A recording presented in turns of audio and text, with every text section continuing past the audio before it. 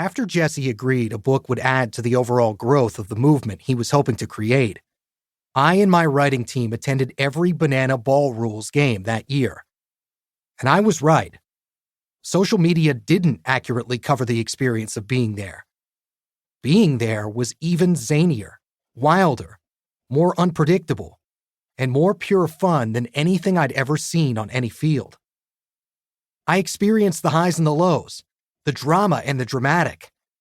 And I watched as Jesse's band of creatives thrilled tens of thousands of fans, setting up a future that only the wildest imagination, Jesse Cole, could paint.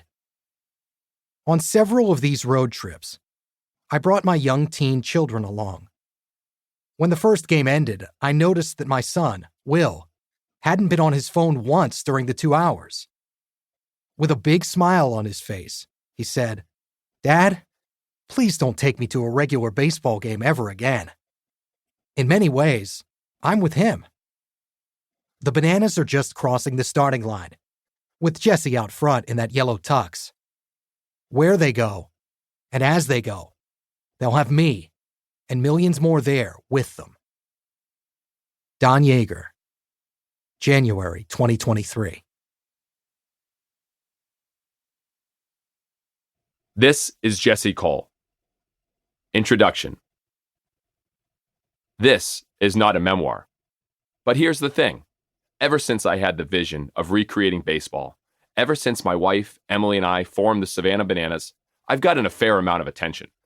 And I don't think it's only because I own 7 yellow tuxedos, complete with a matching top hat. Admittedly, I have put myself out there for any opportunity to tell our story. Maybe it's because we're doing something so different that people can't look away, almost like they want to meet us and investigate. This is not a book about your grandpa's favorite pastime. This is not about baseball. This is about the greatest show in sports. This is about Banana Ball and how it got started. In order to understand how it came to be, you have to understand how I came to be as well. And then, at least, if you get to the end and you think Banana Ball is the craziest thing you've ever heard of, you have a name you can blame for the insanity. My name is Jesse Cole. This is the story of the lessons I learned early and how they played into the lessons that I hope I continue to learn today. Okay, if you're stuck on wordplay, call it a memoir if you insist. It does include a lot of stuff about my childhood, my amateur baseball career, my hopes, my dreams, the tremendous team at my side, how Emily made me the luckiest man alive when she agreed to be my wife, on a ball field, of course, and how the direction of our life together was somehow steered toward the Bananas. That sounds like a traditional memoir, but I prefer to say this book is about a full-fledged movement, maybe even a revolution. When we came up with the name Savannah Bananas, seriously, who names a baseball team after a fruit? The local fans almost rode us out of town. But from the beginning, with our brand of flair and showmanship, with a fun-filled, fast-paced version of the game that we call Banana Ball, we've always had one priority. You, the fans. Our slogan, now, then, and forever, is simple.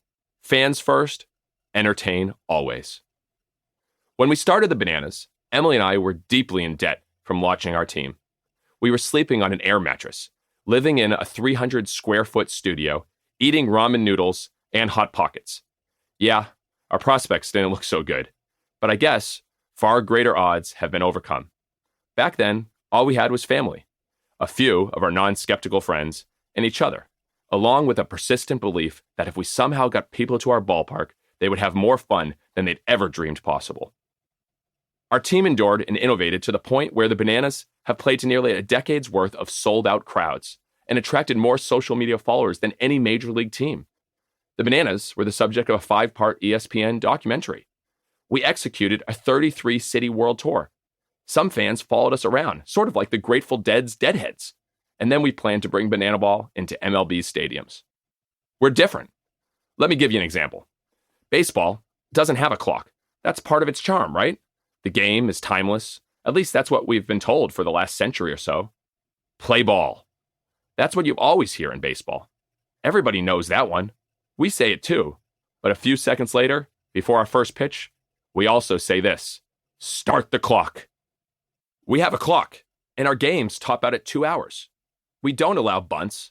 Batters can steal first base. And if a fan catches